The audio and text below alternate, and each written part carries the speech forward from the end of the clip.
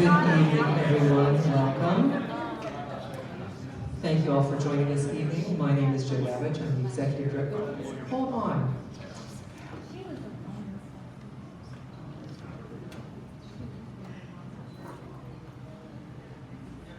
It's the South, so we run our dehumidifiers, and I can hear the hum. So, anyway, I'm the director here at the Georgia Center for the Book, and on behalf of the Georgia Center for the Book, DeKalb County Public Library, and Acapella Books, welcome to another continuing series of author programs. A few notes before we begin this evening. Just to be aware that we will be doing a book signing following the event over in the meeting room across the hall. Derek has already signed a lot of the books this evening already, so if you just want to pick up and grab a book and head on home, please feel free to do so, because it looks like it's going to rain, and y'all know how Atlanteans deal with rain, and just go home and be safe.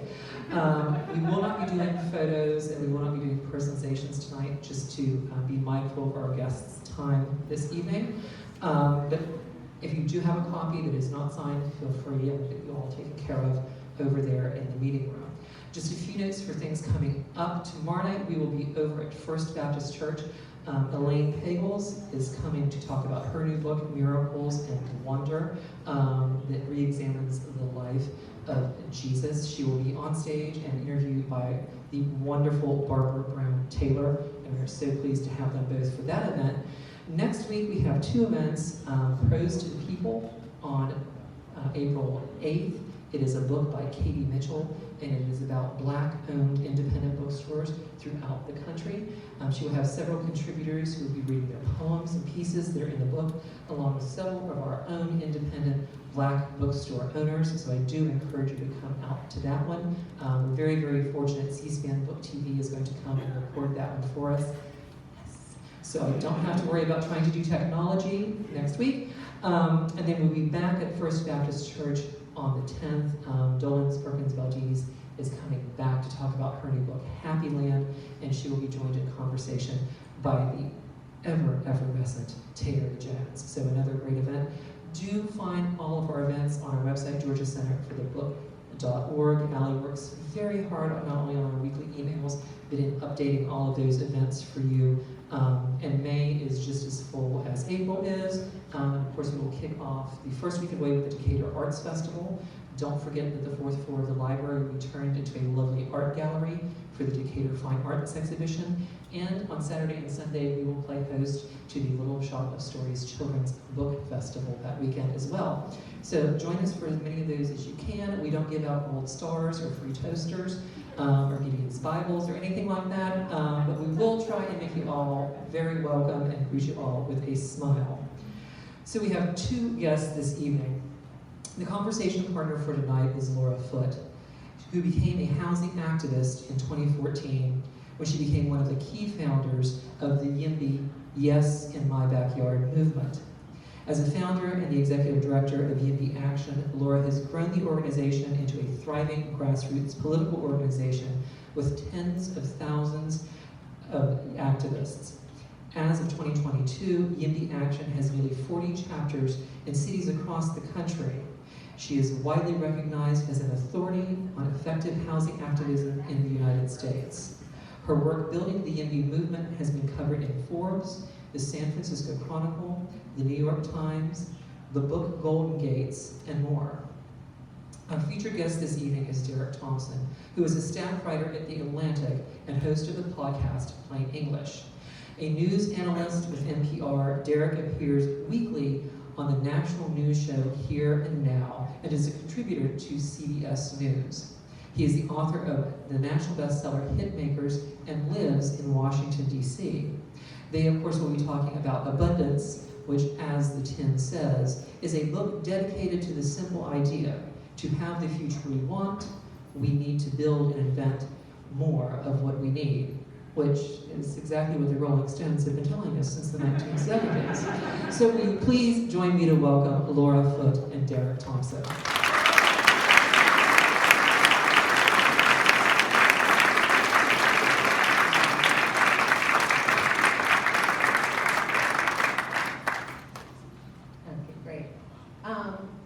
Derek, thank you so much. This is really fun for me. I've been doing, as I said, housing activism for a long time, so I've been a big fan of your work. And it was really exciting to open the book and have the first chapter be all about how the pro-housing YIMBY movement is right about everything. Thank you. But also you start with this blue sky vision, you know, we're almost at flying cars, it's beautiful, I love it.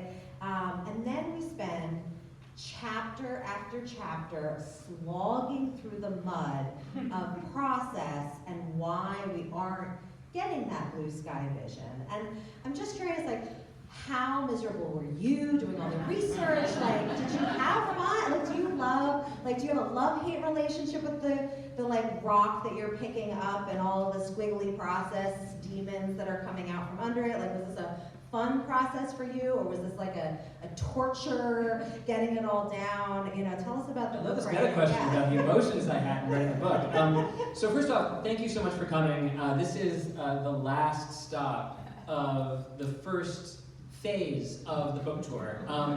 We did, in order, New York, Boston, Washington, D.C., Los Angeles 2 nights, Palo Alto, San Francisco 2 nights, Seattle, Chicago twice, and now Atlanta. And to give you a sense of my internal emotional weather now, at this point in the tour, I lost my work computer in Boston, lost my wallet in Los Angeles, and last night, after spending 7 hours in the tarmac failing to fly from Chicago to Atlanta, then decided to come here without my luggage, which is being sent later to my home where I now live in North Carolina. So I feel like if this tour went on another 2 weeks, I'd be like losing fingers, losing appendages. It's really good for everyone, and then certainly for my wife and myself, that this tour end tomorrow.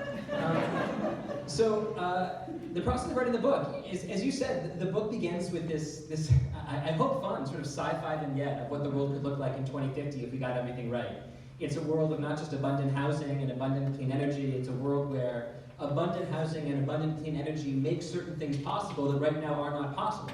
You know, so for example, like mass desalination of water is an incredibly energy-intensive process that very few countries do, really, except for Israel. But we have a scene where someone, you know, opens the tap water and it's ocean, you know, clean ocean water that's pouring out, except it's entirely drinkable. We talk about technologies like cellular meat, you know, meat grown in breweries rather than cut out of dead animals. Another unbelievably energy-intensive technology that isn't possible unless you have a superabundance of energy, and hopefully clean, low-carbon emissions energy. And then we talk about flying cars that work with clean fuels, which are technologies that are being developed both here and, if you've seen the recent videos, also very clearly in China. And so we really wanted to get people dreaming about the idea that progress is real. Progress can happen. A better world is possible. And then we wanted to have exactly the sort of cinematic effect that you described, a kind of smash cut to the present, where rather than build what we don't know, we are failing in many cases to build what we know. Houses are not a next generation technology. Elevator was invented in the 1840s by Elijah Otis. Very, very old piece of technology, and yet in so many cities we fail to build multi-story apartment buildings. We fail to get out of our own way in building clean energy in state after state. Georgia does a miraculous job on the battery technology front. But you look at a place like Massachusetts or a place like California, I mean, these are states governed by progressives who own the disproportionate share of backpack pins that say save the earth. And yet they fail to engage in the very policy measures necessary to save the earth from the effects of climate change that they want to avert. And so again and again in these stories of housing and energy and transit and infrastructure, we just found government, and in particular democratic government, government of and by and for liberals, failing to achieve its ends, in part because we had amassed a style of process that was keeping us from meeting our objectives. And I would say that the process, so to speak, of reporting on the book was both painful in many ways, like ideologically painful to have to reckon over and over again with the way ways that the party that I know I belong to has, I think, failed its own priorities, its own people. And that's, by the way, that's just not my editorializing. You look at population flows. Hundreds of thousands of people are leaving California, New York, Massachusetts, Illinois, Oregon, Minnesota. They're leaving because of cost of living. The biggest part of cost of living is housing. In many ways, they're leaving because these cities and states, often governed by liberals, are failing to build sufficient housing. So there was a pain, I think, in coming to terms with that reality, and I think it is a reality. But I think there's also something inherently thrilling about the idea that you're a dog with a bone in your mouth. You're onto something. You're onto this mismatch between democratic processes and democratic outcomes. And so I like that dog with a bone feeling. And so writing any book is absolutely an absolute pain in the ass. I don't know how many book authors there are in the audience. If some of you find nothing but pure unadulterated joy in the process of writing a 200, 300, whatever, 700-page book, I absolutely envy you. It's an enormous pain in the butt, but you know, it's like finding like a CrossFit instructor who kicks your ass for an hour every Tuesday. It's painful, but you know that you're in it for good reasons. This is, as somebody who tries to convince people to go and give public comment at obscure hearings, right, where they get to witness this process firsthand, I actually think your book did a great job of like conveying the emotional journey there of feeling like, wow, there's like this opportunity here. We could be making a decision here. We could be moving the ball forward, and then just like being like pulled back, like somebody like the zombie from below, like pulling you down. And like, I love these evocative images. We're like uncovering a rock, there's a bunch of worms, and now there's a zombie that we're fighting. See, I could have used this back in New York. I started with you, and then learning all these wonderful aphorisms at the end. but you know what I mean? This is my thing. It's like, how do you make this stuff interesting? And you do succeed in sort of like making the painful process of, you know, watching society reach for something and then not be able to grasp it. And you can see that over and over. I mean, to your point, right? This discussion about what do we want to accomplish? What do we want our society to be? And how is that at odds with the process of our decision making? How does the decision making make it impossible currently for us to achieve those goals? And what are the sort of baked in decisions? I mean, we're in Atlanta. It's 60% single family home here in Atlanta, right? Zone single family home where it's illegal currently to build a multifamily apartment building. And instead of really talking about that, we're instead, I mean, I don't know how many people are following like the tree debate, but there's a big debate currently that our chapter of Unhousing Atlanta is working on that, I'm sorry, this is gonna be nerdy, but you're a nerdy crowd, right? That the proposal is that you shouldn't be allowed on private land to chop down a tree if you're building a multifamily apartment building. You should have to replace that tree, even if that means you build less units, you build a smaller building. And it's exactly this, like, I get it, like I read the Lorax, I love speaking for the trees. Like, I think that there's something very beautiful about the urban tree canopy, and yet it's causing us to make decisions that we know incentivize sprawl. We know that the people who are showing up and defending, we must keep these trees, are not necessarily gonna help us figure out where those people in those units that aren't gonna get built are gonna live. And I think this systemic problem, it's very hard, and each snowflake doesn't think that they're part of the avalanche, right? They're like, well, these trees are important. And I think it's a very hard conversation in liberal parts of America and even in conservative parts to have a conversation where you're like, I get it, like I wanna say I like trees. I do, I like trees, but I like apartments more. And how do we sort of have a coherent political conversation about those trade-offs? Well, it's not trees or apartments, right? In many ways, denser living allows for more wildness. But not that tree. And this is where I think it's important that people understand how environmentalism has changed and what environmentalism means in the 2020s. Like, if you provide two postcards, one postcard of a home in the middle of a beautiful wilderness, and another postcard of an apartment building next to another apartment building, sandwiched between other apartment buildings, you say, which of these two photographs is a vision of environmentalism in the 21st century? There's some people who's going to look at photograph number one and say, I see more grass, I see more nature, that's environmentalism. but it's dense living that allows for more wildness to exist outside of the city. And so I think sometimes it can be hard to really wrap your head around the fact that environmentalism and its meaning has like changed a lot in the last 100 years. And there's a story that we tell in the book, but it's like one of my favorite sort of conceptual arcs that we draw. I learned this from Larry Seltzer, who's at the Conservation Fund, sort of like a next stage environmentalist, I think. And he said, you know, in the last 100 years of American history, there's really been 3 eras of environmentalism. The first era of environmentalism is the early progressive era of the early 20th century. And this is the environmentalism of John Muir and Teddy Roosevelt. It's the age of what he called conservation.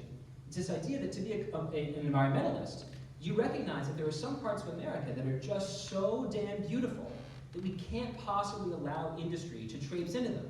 And so to be an environmentalist in, say, the 1910s and 1920s meant looking at a map of America and drawing circles around Yosemite and Yellowstone and saying, through these parameters, industry shall not pass.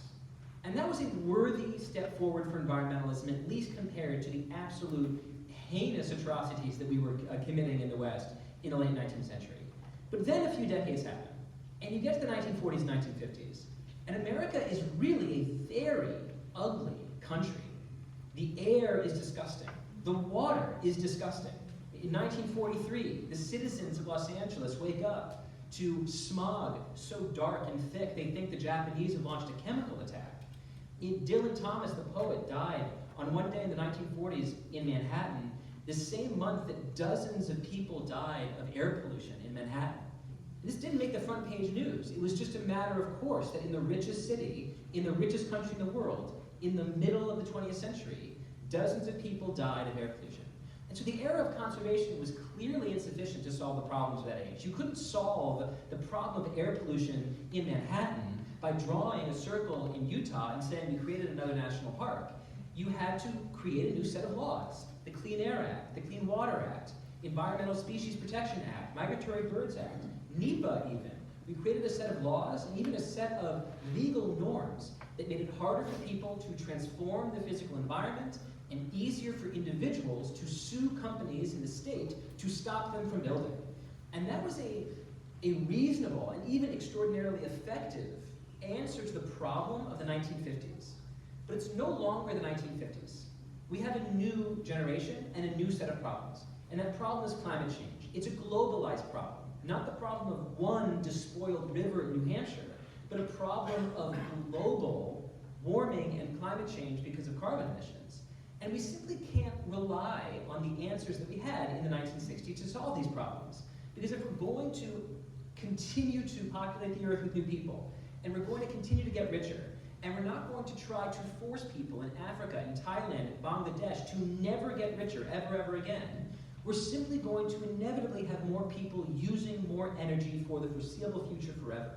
The only way you can take stock of that inevitability while caring for the planet is to build more clean energy and to develop more technology that allows better clean energy, to be built.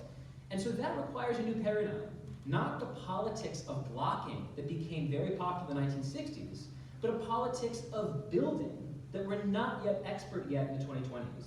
And one thing I think this book is trying to do, especially in the realm of energy, is sort of execute this paradigm shift. That just as it made no sense to build another Yellowstone to fix a river in the 1950s, it no longer makes sense to rely on the same set of blocking politics in the 1960s to solve the problems of the 2020s. And so we really do think that environmentalists need this kind of paradigm shift, right? To see that sometimes the grays of an apartment building are in a way greener for the planet than just everybody living 100 miles away from the city center and commuting with an internal combustion engine there and back, even if they happen to live in a house that when you take the postcard is surrounded by a lot of lush wildness. And I think this is where the young people who are deep in the environmental movement are making that transition. But the environmental laws are all written with this bias towards the status quo. They're sort of like, you're gonna have to study, you're gonna have to prove, you're gonna have to disprove that any change would not have negative consequences, as if the status quo is in fact the environmentally friendly thing, when in fact the status quo is perpetuating and making it impossible to build high-speed rail, build apartment buildings. This kind of concept is rooted into the environmental laws that we have to preserve in order to protect, rather than we have to build in order to not sprawl, which is just like a really different way of thinking about these problems. The environmental organizations also are sort of in this like struggling place. I mean, you look at individual Sierra Club chapters. The National Sierra Club chapter knows that we need to build infill housing, and yet the local Sierra Club chapters are this patchwork. More of them are flipping, it's good, but a lot of them are dominated, I think, and literally by older generations who still have a mentality of, we have to stop the big bad thing. And that is like in their bones, that somebody is gonna come to town and build a big bad thing, and it's our job to mobilize and stop the big bad thing. And it's very hard. I don't know that there are many cases where you really convince many people that in fact, well, you think that the big bad thing is bad. I actually think that's the future of my kids being able to live in this community, and it means that working people don't have to commute, and this kind of like intergenerational conversation where I think young people are more saying the ladder of opportunity has been pulled up. It's pushing people out into the suburbs. It's pushing people into mega commuting and sprawl. And when we have these laws that ban apartment buildings, it incentivizes developers. The joke is cows don't file CEQA appeals, right? The trees are not filing lawsuits in order to block the single-family homes coming out marching over the pasture land. In any case, I think you're talking really well about this. I am curious if you think that your book is making a big impact, and you're talking with a lot of people. You've gotten a lot of pushback. Do you think you're changing the conversation within the environmentalist movement? Do you see movement from people who, this hypocrisy that you're often pointing out? Do you think you're making contact with people who are shifting their thinking towards where you're going? I'll tell you where I think we're making an impact. It's very hard for me to know if we're making an impact among like local Sierra Club members. Not to belittle the idea that we are, but I'm just like not getting a lot of explicit feedback. Like it's just like signed like the Sierra Club of like Denver or something. But I would say on the positive side, and I would love to talk about the folks that are angry about this book, but on the positive side, I would honestly, humbly say that the response has been completely overwhelming and much bigger than Ezra and I thought it would be. The number of governors and senators and congresspeople that are directly reaching out and saying they read the book, they bought it for their entire office, they're giving it to other senators, they're giving it to other representatives, has been astonishing. And they feel like they're in the mud, I'm sure. There they are. Maybe they feel.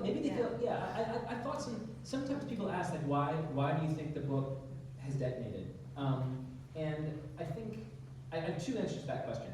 One is that, like, to be fair, this is definitely not the only idea for the future of the Democratic Party that's detonating right now. I mean, Bernie Sanders can show up at like any TGI Fridays in America, and 14,000 people would like materialize outside in the parking lot. Like, so clearly there's like this enormous demand for an answer to the question, WTF is the future of the Democratic Party? And we're just lucky and also terribly misfortunate to have published, we started working on this book 2.5 years ago, to publish this book into an environment where Donald Trump is the president, he's an absolute wrecking ball of chaos. Elon Musk is his like weirdo duumvirate, like Roman leader who's like wielding chainsaws and putting on cheese heads and just being like just generally very strange. The Democratic Party is also, you'd think like, oh, this is a great time for the Democratic brand because everyone can just stand up and say, look how weird Elon's being. According to CNN, they're polling at 29% approval, the lowest rate in the history of the time series. So the Democratic Party is enormously unpopular, and there's this huge demand to answer the question, where do we go from here? Because it seems like a certain kind of age or a certain kind of coalition has been exhausted. Biden is no longer the leader of the party. Kamala Harris lost, and she's not a particularly popular leader or a particularly clear leader of the Democratic Party right now. Obama constitutionally can't run again unless there's some kind of like big Bowser showdown against Donald Trump. It's massively unconstitutional in 2028. I guess I'm here for it. And so there's this enormous question, like, where the hell do we go from here? And here's my theory, and I'm genuinely interested in whether this like connects with all of you and also with you. I think that the left has always had a very clear permission structure to criticize the Democratic Party, because they've never really truly felt, at least in the last 15, 20 years, like they are a part of the Democratic Party. They felt like they're insurgents within the Democratic Party. And so the Bernie wing could always criticize the Democratic Party cleanly. And the center left, moderates, have struggled to create a vocabulary for, or a framework for, both representing the party while criticizing it. Like the center left, I think, sometimes sees itself as like the last institutionalists of America. It's like, we're all the lawyers in a country that hates lawyers. We're all the status quo defenders in a country that hates the status quo. We're the institutionalists in a country that hates institutions, or doesn't trust institutions. It's a very difficult place for any coalition to be. And what this book does, or what this book like has been discovered to do by people who read it, even if it's not the way we intended it to be written, is provide a permission structure for the center left to belong to the Democratic Party while also criticizing. It's created a way for these people to essentially say, you know, like even Gavin Newsom, when Ezra Klein talked to him on his podcast, where Ezra theoretically wrote like 100 pages of this book, which is basically like subtext, F you, Gavin Newsom. Gavin Newsom like has him on the podcast, and he's like, I agree with every page of this, man. One that's like, that's just smooth talking Gavin Newsom. Like, love him or hate him, that man is just honey voiced and knows exactly all what here, he's doing. Gavin. But he also, let me try to land this plane. He also, say what about Gavin Newsom, he's very, very good at knowing which way the wind blows. The man is a very symmetrically faced weather vane. He knows what time it is.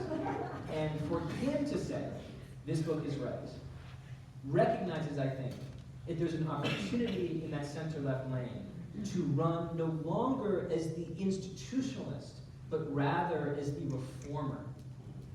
I want to reform the system in order to save it. And for too long, I think Democrats have been afraid of this message that says, yes, we kind of run a lot of institutions in this country, but they're broken. They don't work for a lot of people. And that's kind of on us. And we need to hold up a mirror and say, we can fix this, and we should. I think this is where the rubber will just continue. I mean, you talk a lot about implementation, and it's got me thinking about what does that mean politically, right? Gavin Newsom is a good example of somebody, right, who goes where the wind is blowing. The wind in California has been blowing ever more pro-housing, and he's been getting on board with that and supported every pro-housing bill we've had. And the institutions that he is in direct control of have not been as powerful as they could be to realize that vision. You know, he has direct control over regulatory bodies that could have been directed to crack down on cities who were ignoring state housing laws. And this kind of like, how do we, and I think this is my question, I don't know if you have an answer to this, because you just wrote the book and it's full of good ideas, but how do we institutionalize and operationalize this? Because there are going to be a lot of politicians who, and I love it, right? We're building the parade, they get to the head of the parade. As an organizer, that's like literally my job, is to build the parade and be excited when the politicians get to the heads of it. And this kind of work, where you then go through and decide, okay, we have 15 requirements for this government contract, and we're going to cut it down to 2. That requires an iron stomach. And it requires being the kind of politician who can go through and say to each, you know, your coalition that maybe half of them helped get you elected, and say, you're the 3 who are gonna get no's today.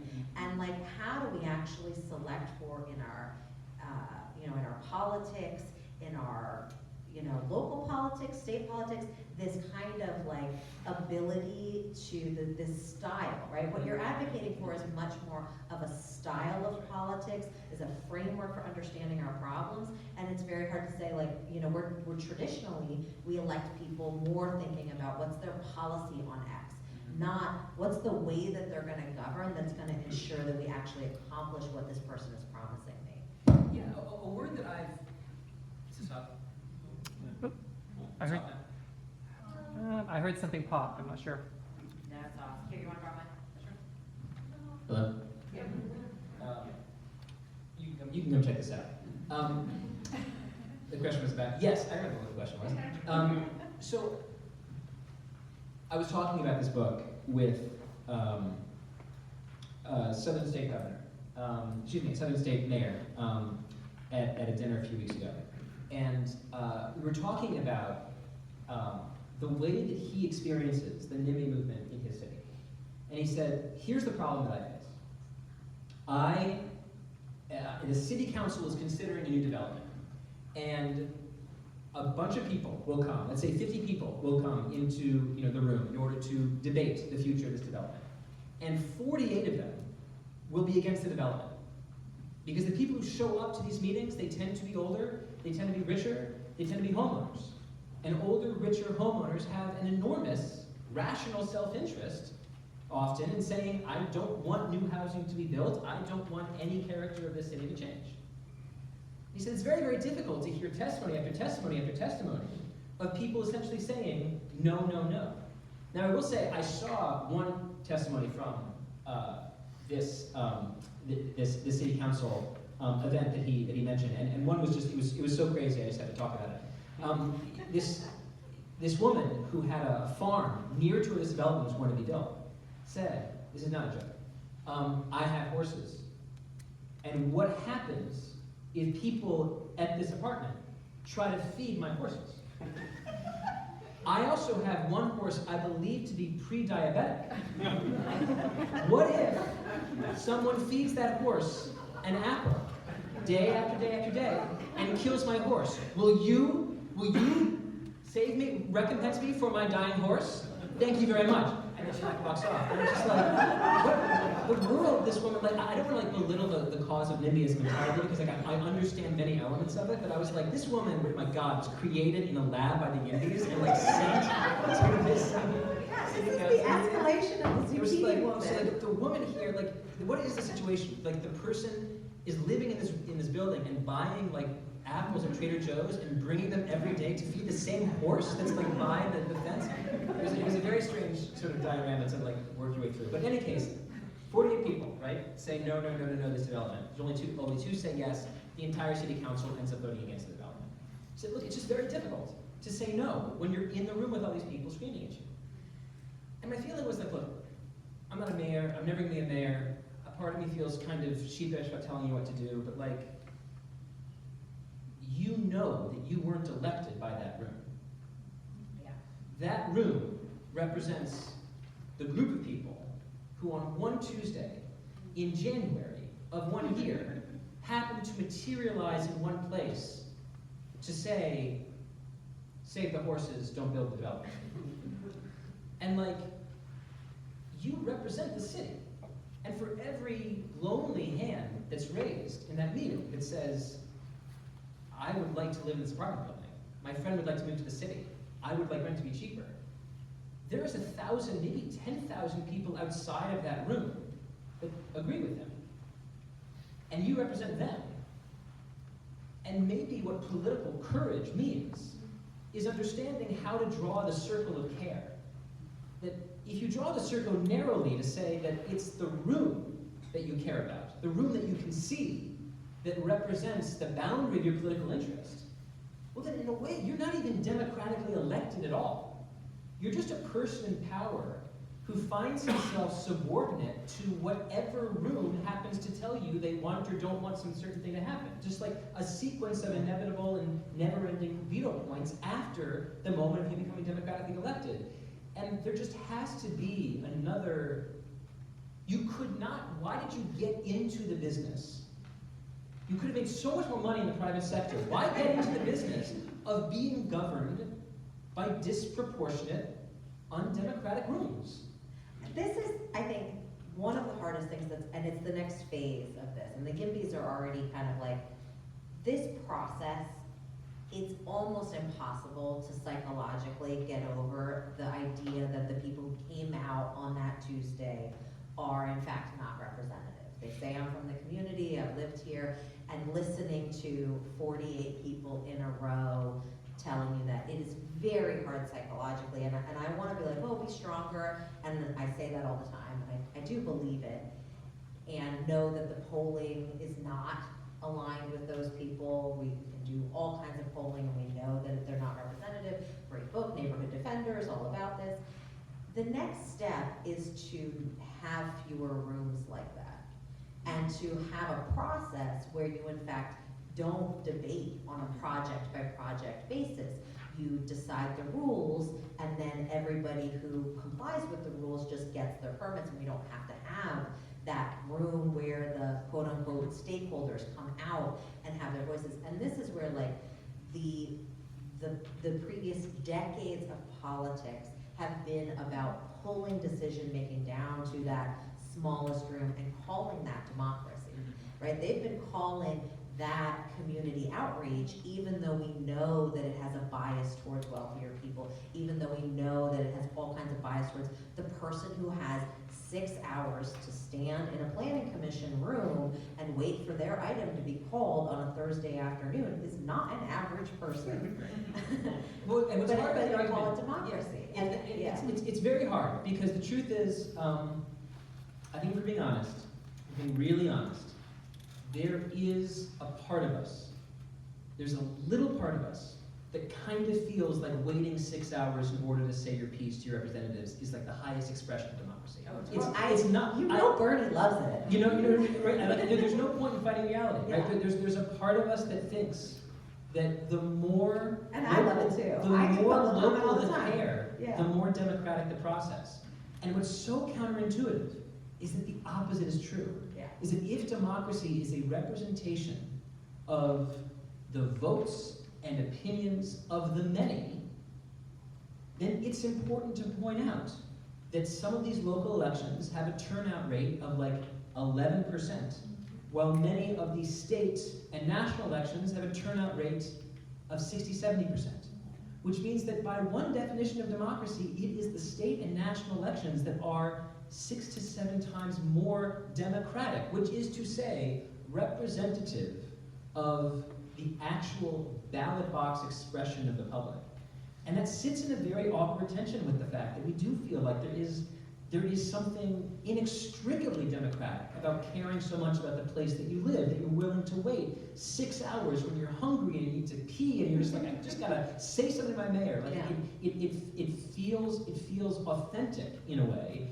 And I want to see those two realities side by side. I want to recognize that they both exist. Look, this book is, in many cases, rather explicitly asking the government to run more experiments. And this is maybe an experiment worth running, is a pro-housing, pro-building, pro-growth mayor winning power and saying, I'm going to change the way that we approve developments in this city, and a part of that is going to mean we're not going to have as many development meetings that invite neighbors to come up and talk about how much they don't want development in the neighborhood. It's an experiment that you run, and then the public votes. And I think it's important that people run on the message, on a message that is tied to that decision, right? You're going, I think, to find yourself in a really difficult place if you're shy about being pro-housing, or shy about being pro-growth, or shy about being I guess housing growth, I think, are the two nouns I'm looking for there. And then say, all right, and a way that I'm going to operationalize that is that I'm going to make it easier for the state to make decisions about growth that don't invite opportunities for the city council to feel overwhelmed by these processes that we've seen basically stop housing additions entirely. I acknowledge it's a difficult experiment, but I think it's an experiment worth running. And I think it's an experiment that can be framed as one of political courage. Because there's a way in which, and this is where you get into really dangerous territory, but there's a way in which, like, you know, a lot of people whose politics begin with anti-oligarchy are unhappy with this book because it is not sufficiently anti-oligarchy. They want the book to be more explicitly anti-special interest. And I acknowledge that special interests exist and are important. And some of them are corporate, and some of them are incumbent companies, some of them are energy companies that stop the development of clean energy just as much as NEPA, right? But if you think of a special interest as a minoritarian group that exercises its power in a way that prevents majoritarian progress, that room is a special interest. That room where 48 people are showing up and telling you no, no, no, and blocking housing development in a housing-starved city, they're a special interest. And it's really, really hard to say that the special interests that exist in this world don't just come with the big, obvious evil empire label of INC, right? Sometimes the special interests are minoritarian groups that live among us and try to preserve power for the few at the expense of the many. And I'm going to be a politician that fights for the many and not just the few. And that means we're going to change the way that we do politics. And I want you to judge me on whether or not I succeed in my goals. But it's going to require a process change because, just going back to the theme of this book, the processes of liberalism have gotten in the way of outcomes. So, you know, it's an experiment that I want to run. I hope more mayors have the courage to do it. Well, and good news from the field.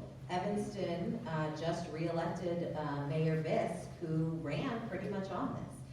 April 1st, literally. Wow. And he ran on, he's doing a big Envision Evanston. It's a suburb of Chicago. I went to Northwestern, so I didn't Yeah. realize this was my alma mater there. Yeah, everyone clapped for Mayor Bisk. He just won re-election, and he said it was a referendum on his housing proposals, and he was right. I mean, this was a tough re-election, and I think this is the other part of, you know, I think getting the word out is that actually the early results and some even stronger results are in on this experiment. I mean, we looked at, we did a report recently, 95% of state legislators who took pro-housing voices and who championed pro-housing bills in their state legislature win re-election, which is the same rate as everybody else is winning, right? 95% winning re-election. So the voters are not actually punishing people for being the housing champions. And I think there's the myth that they will punish you is so strong. Mm-hmm. And I do think it's why, you know, we do need the pro-housing voices to continue to organize and be vocal, because we're never going to completely get rid of the myth, but like the results are showing that you can sort of on faith believe that if you operationalize things for the greater good, you are actually going to be rewarded, not every time, but in general by voters. I mean, I think the numbers are pretty good on this. Look, I hope Yeah. so. Every election is an experiment, right? Yeah. And the ideas that work in one term don't work in the next term. And so I think that there's a section in the end about this concept of political orders, which is the term from the University of Cambridge historian Gary Gerstle, where he says, I don't want to summarize the entire conclusion right now. So let me summarize it this way: every age is a politics that is responsive to the question that defines the age. And the question is often sort of co-created by both an internal crisis and an external threat.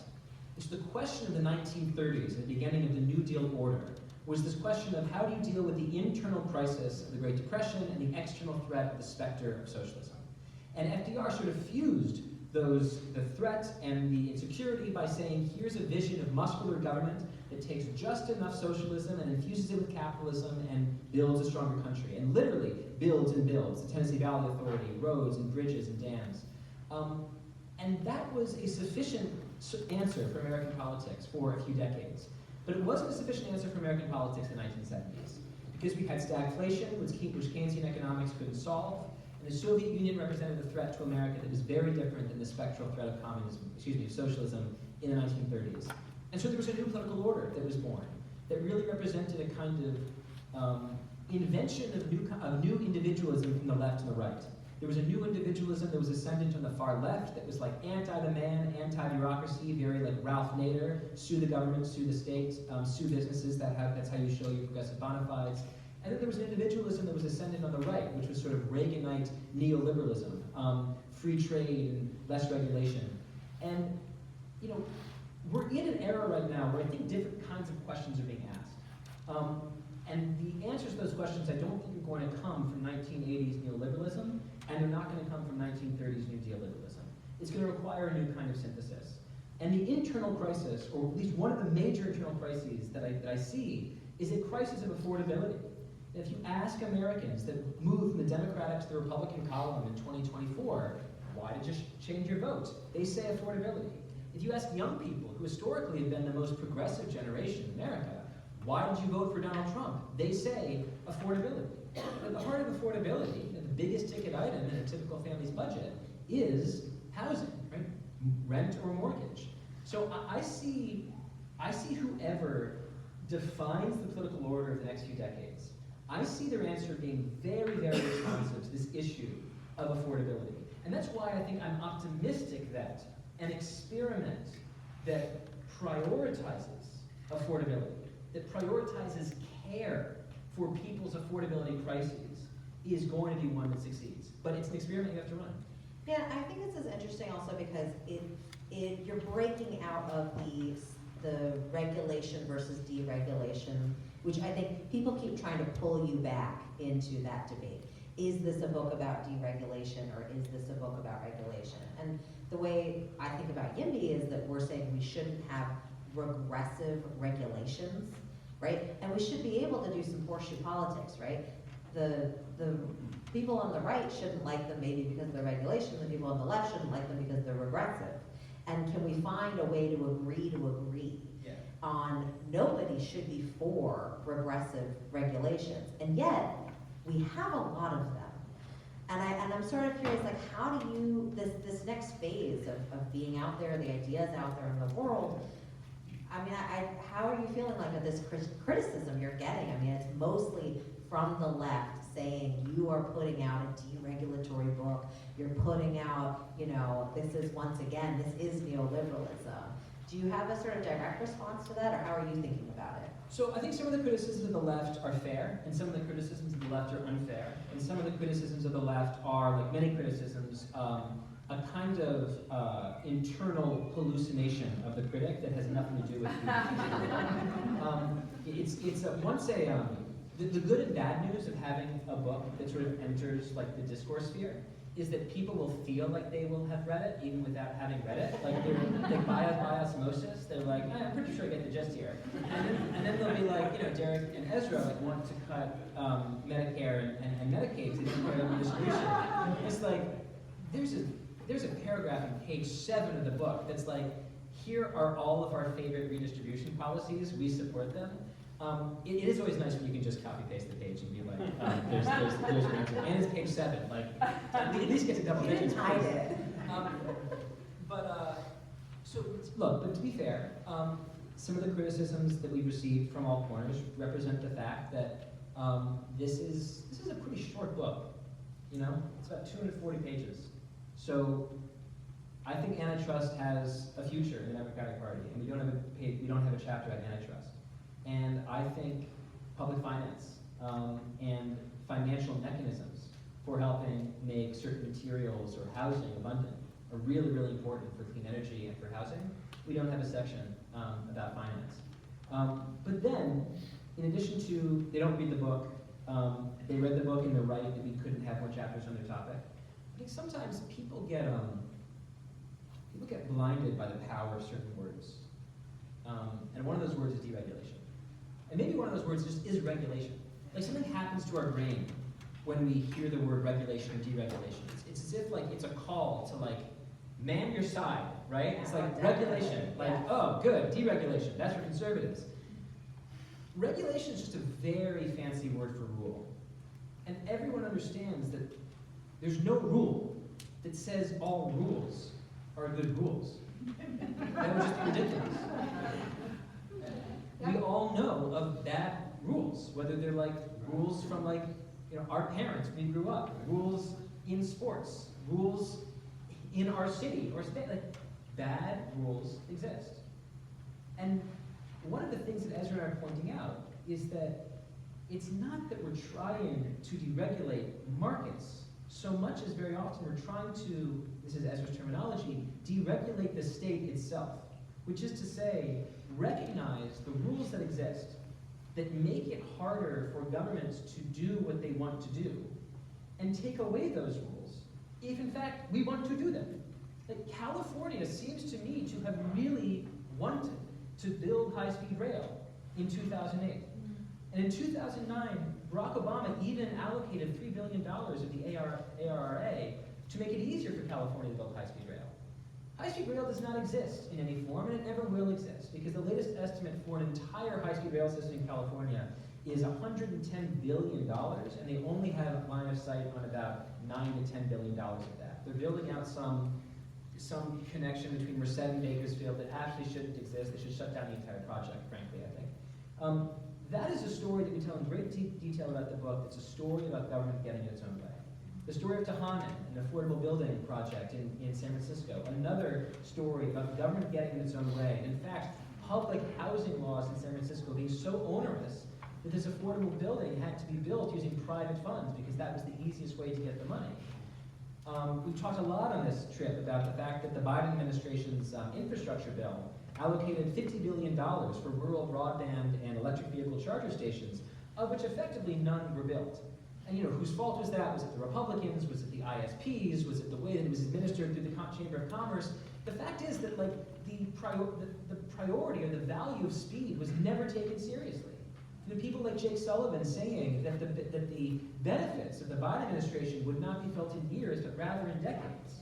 Well, look, I like Jake as much as the next guy, but we vote every 2 years in this country. We vote every 40 years for presidents. You can't say, judge this policy based on what America is going to look like in 2070. Nope, Donald Trump became president, and he's taking every spare breath to knock down everything that Joe Biden did. So, I think that I get that sometimes the reaction to this book takes these words, like supply side or deregulation, and lards so much ideology on them. But we're just trying to help people see reality clearly. And I don't think that clearly seen reality shows that many of the rules that exist at the federal, state, and local level deserve to exist if what we want to do is match processes and outcomes and build housing and energy. Yeah, I mean, everyone can clap for that one. You're my Jeb Bush here. No, I mean, I think this is where I want to be, right? I'm here. I'm here for it. I'm fighting for it. I'm in the trenches. And there's a lot of it. I mean, you say what we want to accomplish.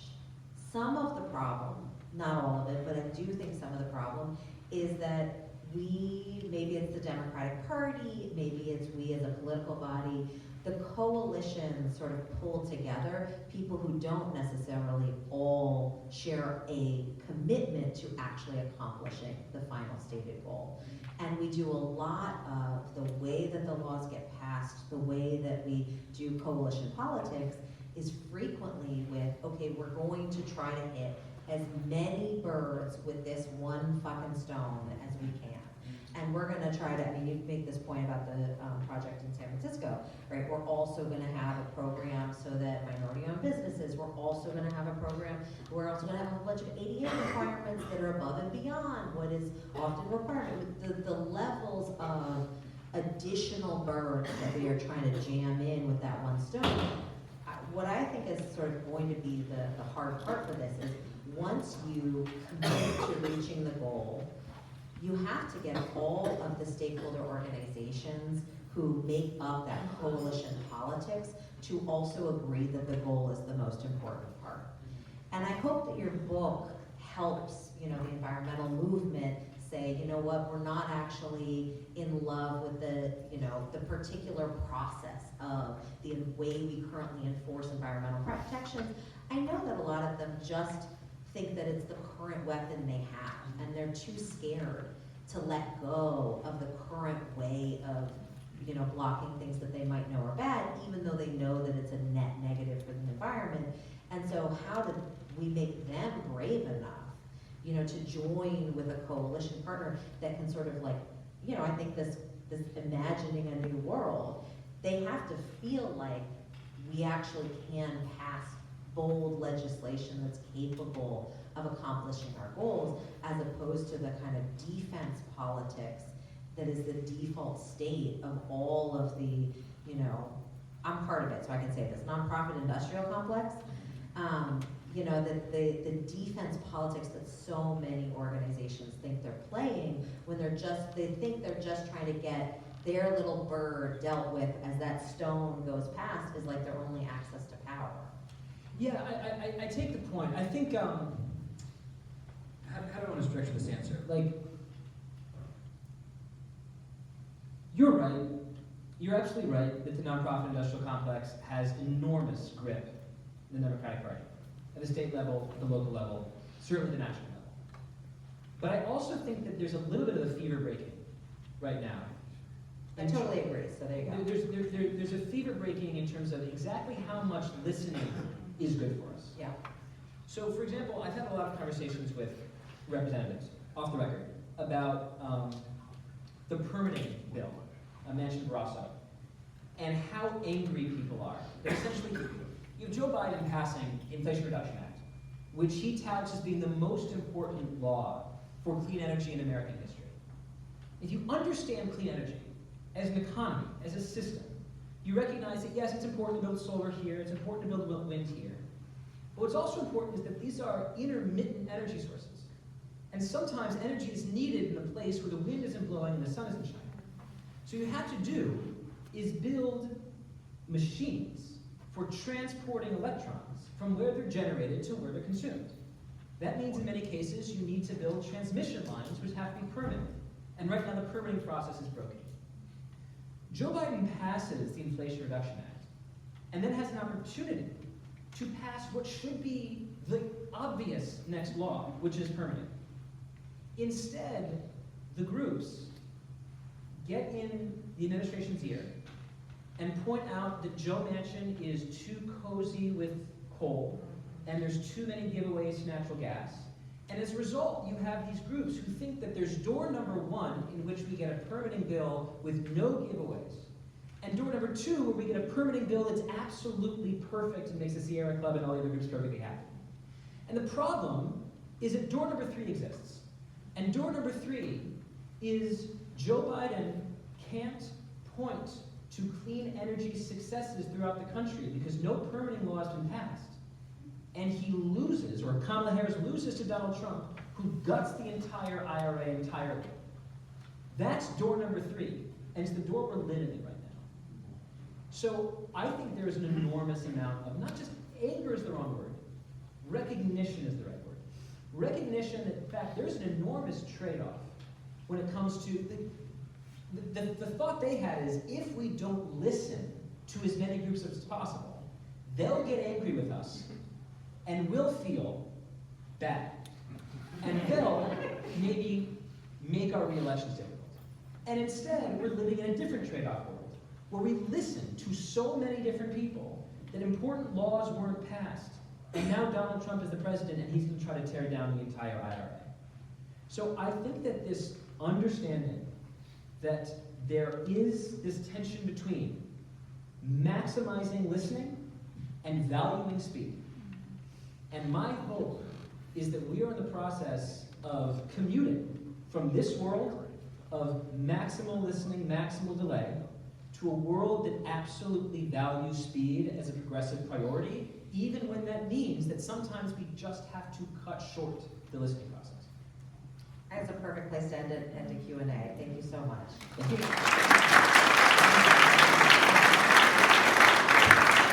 Okay, so wait for the talking stick, and once you have the talking stick, then you can do that.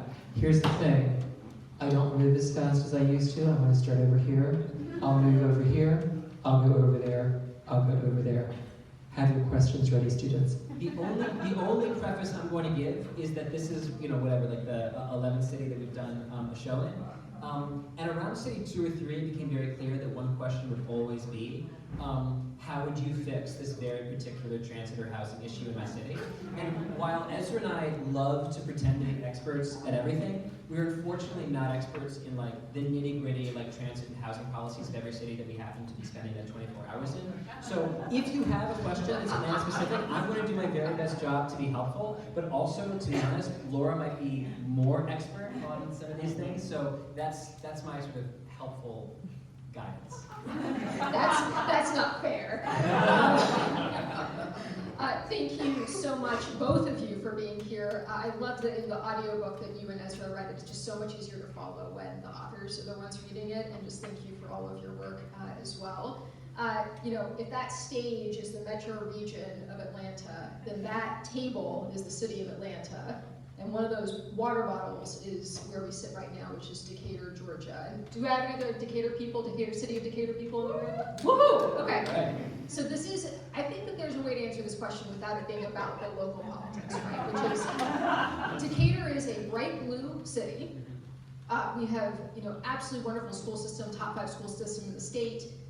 We have incredibly walkable communities, hopefully you saw around you. I noticed, yeah, beautiful. We have a declining number of school-age children in this city, and this wonderful, even high-quality school district. We will not have enough students come this new year, and so we have to bring in students from other places. Speaking to everybody in the room, because I think this is something that is truly true about the whole region where we're so fragmented as a region, what are the things that we can walk out of this room and do tomorrow?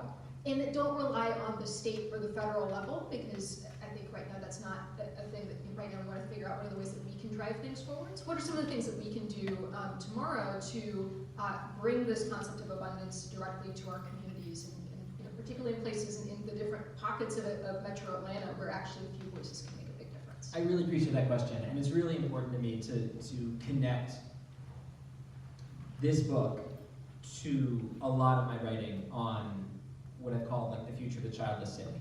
I mean, it is just astonishing if you look at the census numbers, the decline of the under 5 population of America's cities.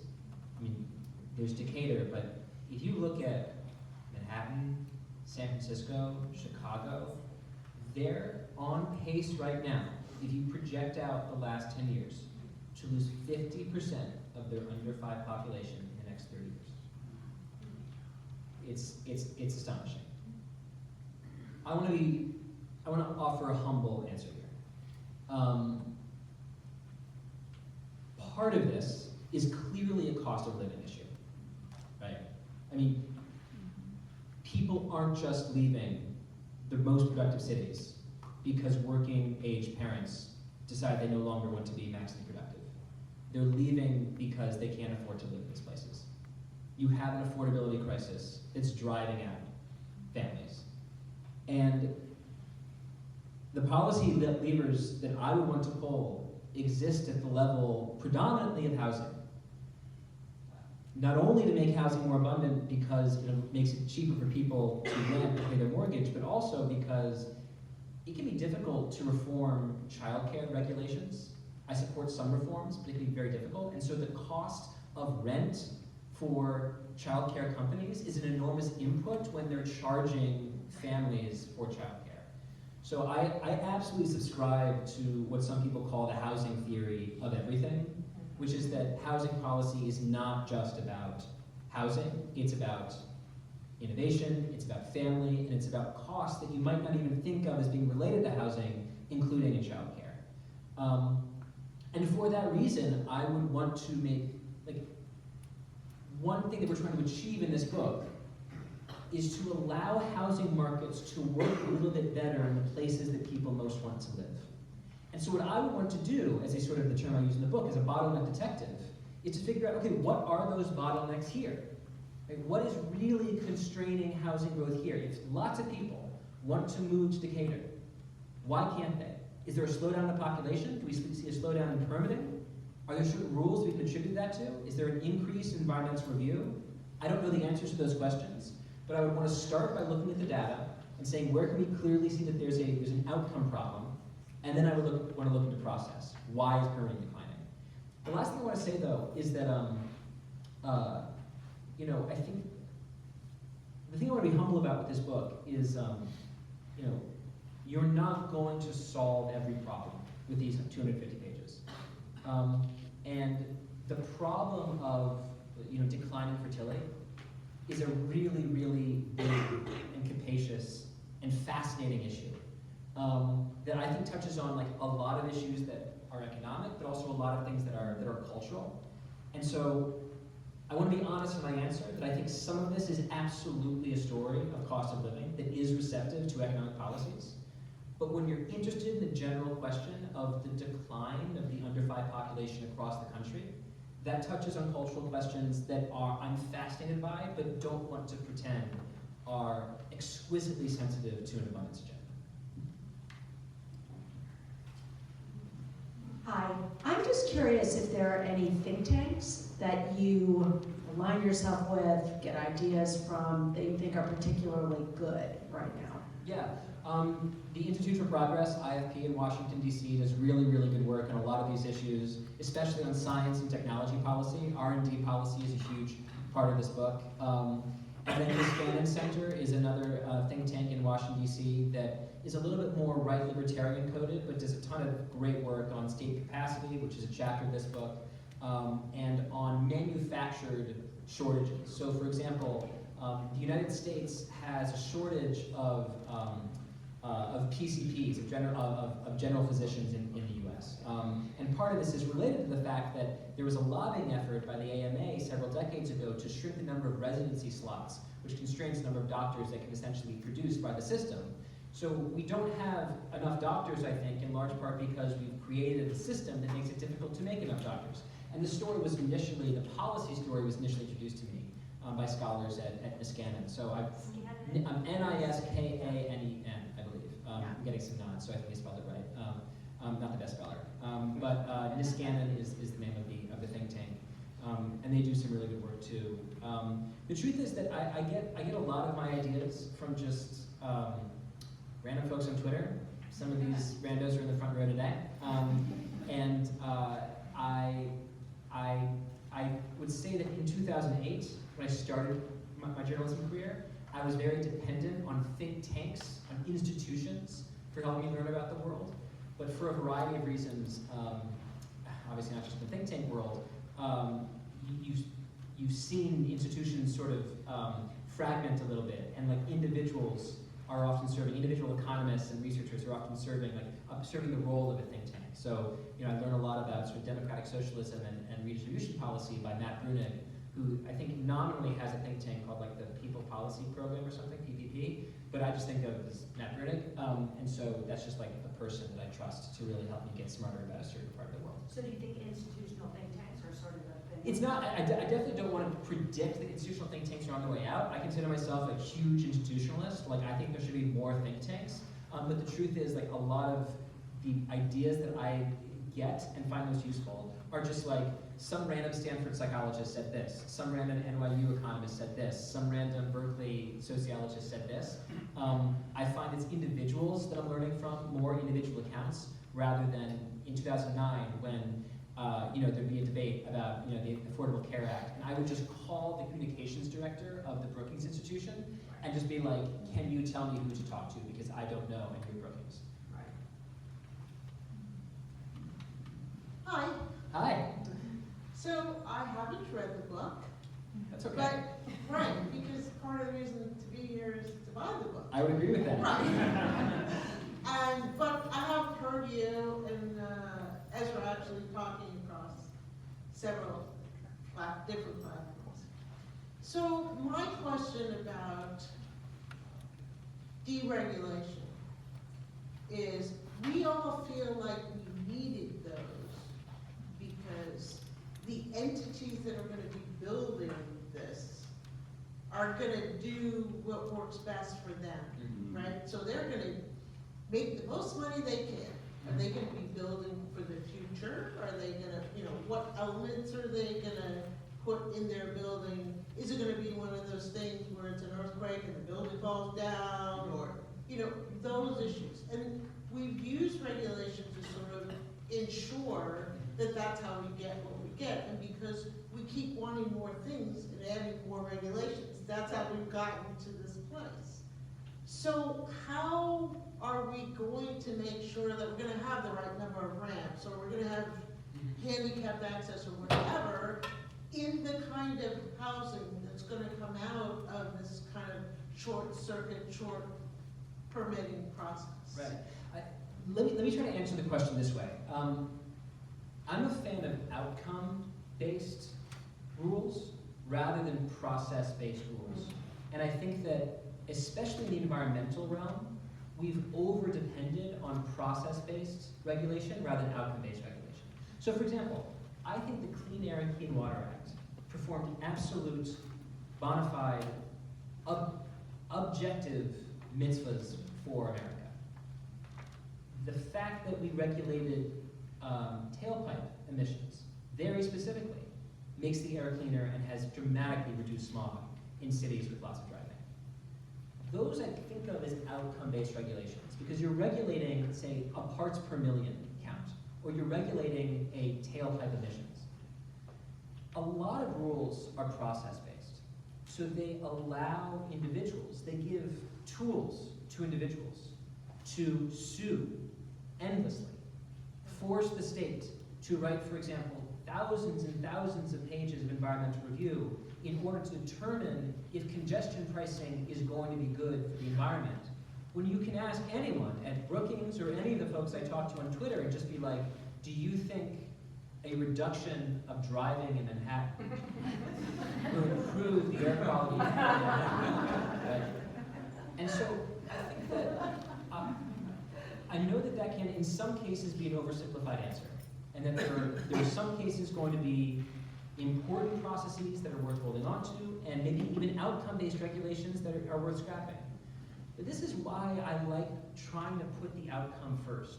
To say, if we're really interested in finding a way to densify this area, what are the rules that no longer serve that purpose, and how do we identify them and name and shame them?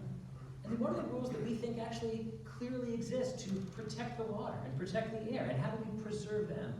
So it's hard to give one answer about like the concept of regulation. It's not that you're asking me to do that, precisely because rules are so diverse.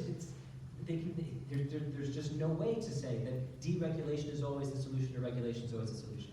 But I think that more of an outcome-based orientation would help us determine which rules are unhelpfully merely delaying processes that we want to expedite, and which rules are there to keep us safe, protect consumers, make the water drinkable. Those are obviously rules that are worth keeping. Can I add a little? Please. I think there's also a framework of rules where they were written with different intentions than we currently have.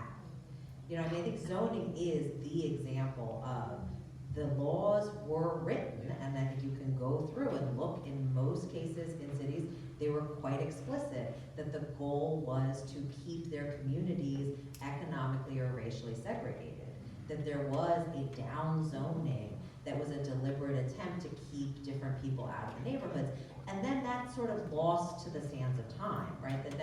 It's not like people necessarily are acutely aware of the history of they feel like this is natural. This is the way it has been now for more than 50 years, is that I've lived in a natural single-family home-only neighborhood, and of course it's appropriate that they shouldn't have apartments here because there aren't any apartments here, and that's the way it should be. And there is this kind of like, we're gonna have to go back on a lot of these rules and say, well, the intentions here were bad. And we have new intentions now, and so we need to actually rehab that debate. And I think that can feel very painful to people who associate the current regulations with a natural state of the universe. Having that political battle is challenging, but I think that folks like this and these sort of thought movements are preparing us ever more to have bigger arguments about these things. I think another one is parking spaces per unit in apartments. Oh my God, people go parking crazy. The number of people who have the environment is important to me bumper stickers that are there defending their parking spaces. Just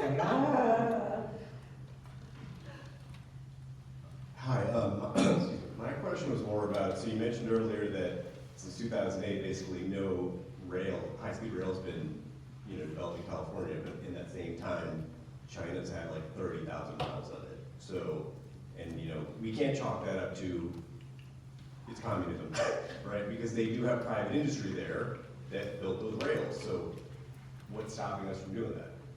It can't be just regulations.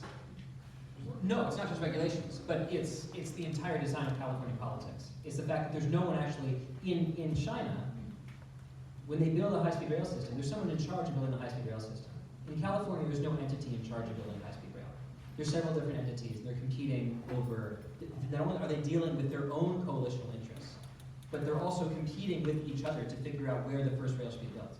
And so I think there's so many problems with California rail, from the coalitional politics that I think made it very, very difficult for it to be built, to the fact that even when you get to 2008 and Obama passes his stimulus act, the American Recovery and Reinvestment Act, they allocate $3 billion toward accelerating high-speed rail production in California.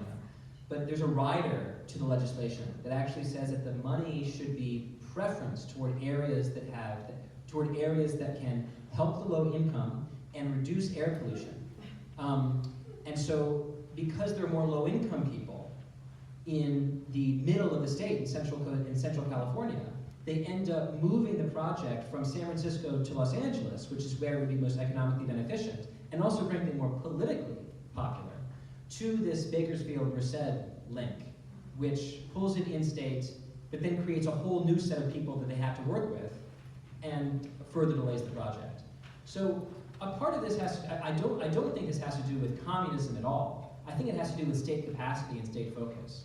And China is in many ways a totalitarian government that the United States should never want to be. But there's a lot of room, I think, between totalitarianism over here and promising high-speed rail and not building it for 17 years over here, right? There's a lot of space there. And we've seen the space that exists. You look at something like the I-95 bridge collapse in 2023, where Josh Shapiro, the governor of Pennsylvania, sees the bridge collapse because of an oil tanker spilling over, exploding the bridge. The bridge collapses.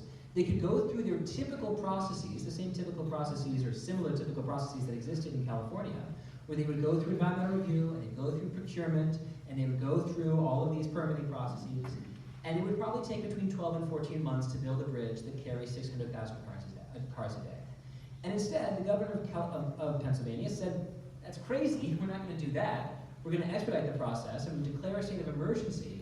I'm going to say that essentially we're going to accelerate procurement by saying you contractor over there and you contractor over there, both happen to be unionized, get together, build this bridge. They did it in 12 days. So one point that I think is really important, and that I'm talking about more and more, is that the phenomenon of fallen bridges exists all around us. It's up to politicians to determine what counts as a fallen bridge. I think there are cities that have homelessness crises, and that should count as a fallen bridge. And there are cities that have housing shortages, and that should count as a fallen bridge. It shouldn't just be an I-95 bridge that Josh Shapiro says, I'm going to expedite the process and then build very quickly. I should say, he didn't govern like a totalitarian. He governed like someone who has access to state capacity and wants to build what he wants to build. And Shapiro is much more popular for building the bridge quickly rather than slowly. But I think we've just become very interested in this process-based orientation that inevitably delays while making a lot of the individual participants feel like they can pat themselves on the back by listening to all of the coalitions, right? So I want to find the space that exists between high-speed rail over here and CCP over there. Can I add another, just to your point about housing being an emergency? So before the fires, the mayor of LA declared a housing emergency and issued Emergency Directive 1, which then allowed apartments to be built all over the city suddenly, but didn't really realize that she had left the door open for those apartment buildings to be built also in single-family neighborhoods. And as soon as they were proposed, they tried to walk it back. And they said, oops, we did not mean that. And we weren't in as much of an emergency as we had been before. And they tried to, a bunch of projects had been filed. They tried to say, no, we're not gonna accept those projects. And I think this is is housing an emergency or is it not an emergency?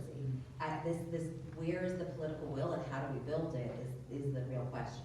Yeah. I have this one over here, and then I'm going to come to you in the center, and I'm going to come to you on the far side, and that's it. I'll be expedient. All right, I'm a political consultant and a former chief of staff for a state house rep in Gwinnett County, so peak suburbia. And part of, I guess the point you're talking about political courage made me pull my hair out. Because a lot of times, the city council meetings, those people who say no are the only people who vote, and I have seen this firsthand. And even within like unincorporated Gwinnett County, which is go to the county commissioners, which is the one thing is it's bigger population, so it's more representative that way. And I was wondering, like, how can you get that to help, like, organize? See, because one thing is you tell them, like, that city council person, yes, we're going to be courageous and do that pro-housing policy. But then they get trounced at the ballot box. For example, in the city of Sugar Hill, there were 3, city council members that all voted for apartments. They all got voted out last year or 2 years ago. And in fact, this issue, particularly apartments, even luxury or high-end apartments, are so toxic that we have it in an area that is like very affluent, kind of conservative country club, and it got so crazy that they've created a new city out of it. And not only that, in the zoning regulations, no houses smaller than an acre. So how do you deal with that political reality and kind of get the organizing and try to back up those city council candidates to actually believe in growth and housing? Why don't you start with organizing? Because I have a broader question. Well, I want to, Jen, can you stand up? Okay, so this is our Georgia organizing director. Everybody who wants to start a chapter in your neighborhood, go chat with her. She can help set you up with how to, get your mailing list going and your list. Because right? You're an expert. You're like, where is my chapter? How do I have a list of people? You know that they are in your community. You're there. And it's just a matter of identifying them, getting them on your list, getting out your action alerts, and having your happy hour afterwards where you joke about like how many times does somebody say, I've lived in this community 40 years and I hate it, right? You create some humor, some fun, you endorse candidates, you mobilize, you write your op-eds. Like, I really it's possible. And so I think this is the next step is, go hook up with Jen, hook up with me, and we'll get you a chapter going. My big picture take here, I'll just go quick. There's turnout and there's persuasion, and that's kind of it, right? So here's turnout. The other part's persuasion. Persuasion. I'm not pretending like this is an easy sell in cities where 100% of the local turnout is NIMBY, right? Obviously, that's hard. But I also think that, people are complicated. We're torn between competing interests. I know someone in California, father of a friend, who I was talking to him about his neighborhood in Los Angeles. He lived near Beverly Hills. And there was a hotel project, a hotel and a condo project down the street. And I said, what do you make of this new project? He said, I hate it. I hate that they're building it. I hate the traffic, and this is for single-family homes. We don't want any of these apartment buildings. We don't want any of this red. Okay, fine. I said, how's your daughter's house hunt in Los Angeles going? And he says, it's terrible. There's nowhere for them to live. That's this really happened. And I understand that it can be taken as a cheat point, but I actually mean it. I mean it in a deep sense. People are complex, and sometimes getting people to think a little bit intergenerationally, or just think a little bit different, might get them to see that their values are actually more capacious than initially intended. That someone who thinks of themselves as being NIMBY is actually extremely YIMBY for their child. And if they recognize that they're YIMBY for their child, well, maybe that little door has been cracked open just enough. You can wedge your foot in there and be like, how other people have kids? My public comment that got the biggest response I've ever gotten in my life was when I was in I'm gonna name Cupertino, my favorite place to rack on, and I said that it's been decades of adding jobs in this community, not building housing, and your kids have been forced to move away. And you are missing your grandchild's first step. and this woman behind me gasped. It hit her, right? She was like, oh my God, that is what is happening. And she walked out of the hearing. And I was like, okay, I just convinced one. You got one. I got one. Thank you. Thanks for coming. I'm about 75% through the book. I love it. And random question. I came in here with a question, but so much of our conversation has been about dealing with coalitional politics, and I just wonder how much you and Ezra anticipated that ahead of time. So let's put a pin in that real quick. Obviously, we're in Atlanta. Atlanta, a big part of the coalition is the African American community, right? So I think all of us in here who believe in the book are thinking, how do we take this conversation back to our respective communities? And one of the impediments that you guys discussed in the book is like minority-owned businesses being an impediment towards building. So we have to assuage concerns that, okay, someone's gonna stand on this project and determine that my particular coalition isn't getting the thumbs up this time. And for a lot of valid historical reasons, Black people, it's gonna be really hard. I don't expect you to have an answer for that, but I just, it's just, so much of this is just, we want politicians to make a decision, but it's ultimately gonna be up to us to build a critical mass to influence their decisions. So I don't know what the question is here. It's really just like, because it's so hard, right? Yeah, it's hard. Let me answer it this way.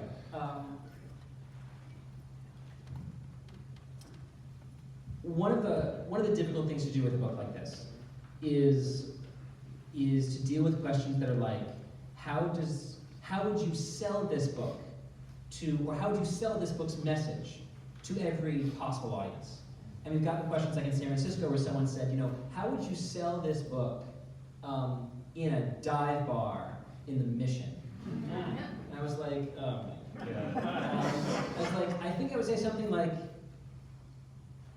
hey, you know how like shit's just kind of fucked? What if it wasn't? What about government like does shit? It gets shit done. So there's that sort of, there's a mimetic layer to this book, which I think I would encourage politicians or organizers to pick up, which is like, yes, it's a book about deregulation, it's a book about housing policies, it's a book about zoning and everything vague liberalism. It's kind of a book about how government ought to work for the people, and right now it's broken. Wouldn't it be great if it worked for the people? And the issues that we're fundamentally trying to solve for, are the most basic. It's not just affordability, which is so important.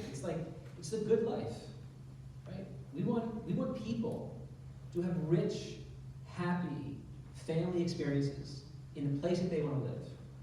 And when you can't live where you want to live, if you're kicked out of your house, if you're kicked out of your city, if you have to leave your state, leave your friends because of unaffordability problems, that's not the way in which that connects is very deep. It's practically about freedom. It's like the freedom to live where you want to live. So I don't want to pretend like I have the perfectly honed bumper sticker for every group. But I do think that there's a buffet table here that has ideas from which could be constructed the perfect bumper sticker for every group. And it connects to, the main dishes are government that actually works, government that recognizes when shit's broken and really wants to fix it, affordability being one of the singular crises of our time, and housing is about freedom. And I think that you can find a way to take from those dishes something that's going to work for different communities. I want to read a quote from your own book to help with this. Great. Too many have bought into a perverse inversion of what the city should be. Cities are where wealth is created, not just where it is displayed. They are meant to be escalators into the middle class. But through bad policy and worse politics, they are closing the American frontier. And I think that message of this stuff is pulling up the ladder of opportunity. People feel that in their lives. They feel that the ability to grow the middle class is being choked off. And I think that that is a compelling argument to people about what is it, as we sort of go through and say, we built these sort of mini flimsy ladders, right? This idea that we're gonna have, when you do an affordable housing project, you're also gonna try to get some of those to be Black-owned businesses. That's not a real ladder.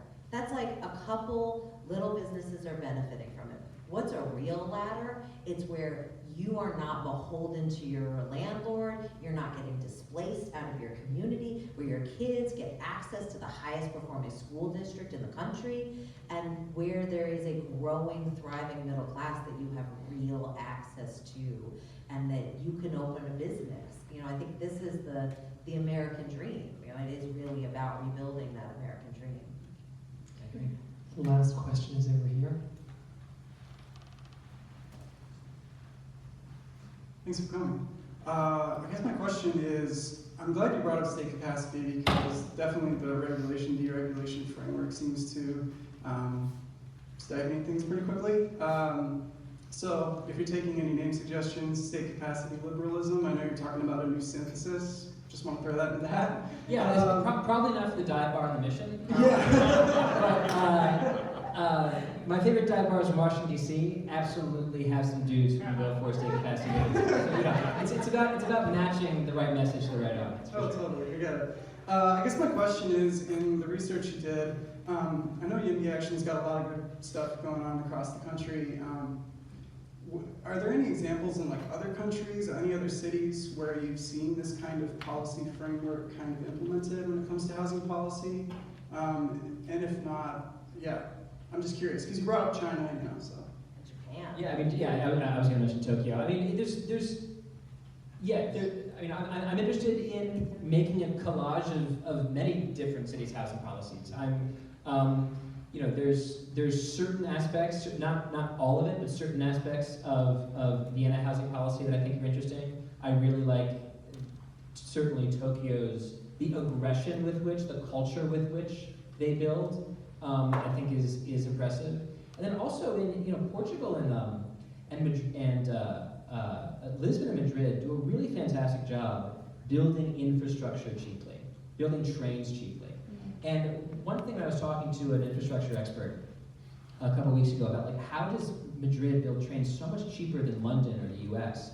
And we're talking about how, like, local politicians, they are run on speed, right? They run on, I'm going to build the trains quickly. They build the trains quickly. They run for re-election on, see how I build the trains quickly? And it's like it's like the opposite of California. It's like, we're going to build a train. 17 years later. I love that idea of getting that flywheel moving when you can start to run on the state capacity that you promised, right? That's sort of the Valhalla that you're after. I ask because the anti-oligarchy messaging often, like Bernie Sanders often points to like the Nordic model, and so I was just curious, so this is good enough.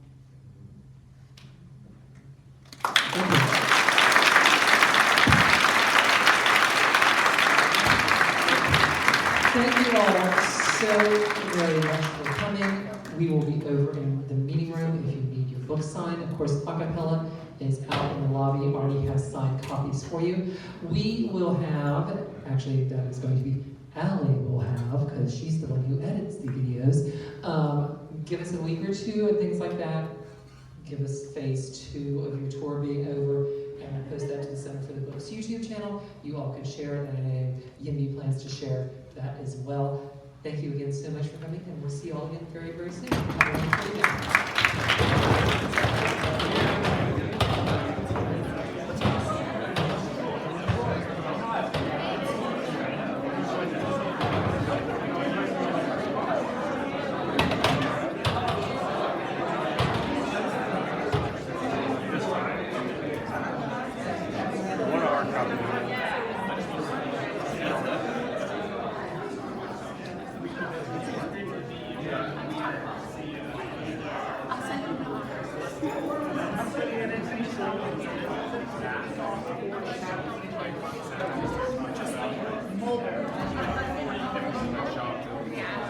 And I feel like that also is just like behind somebody. That's all.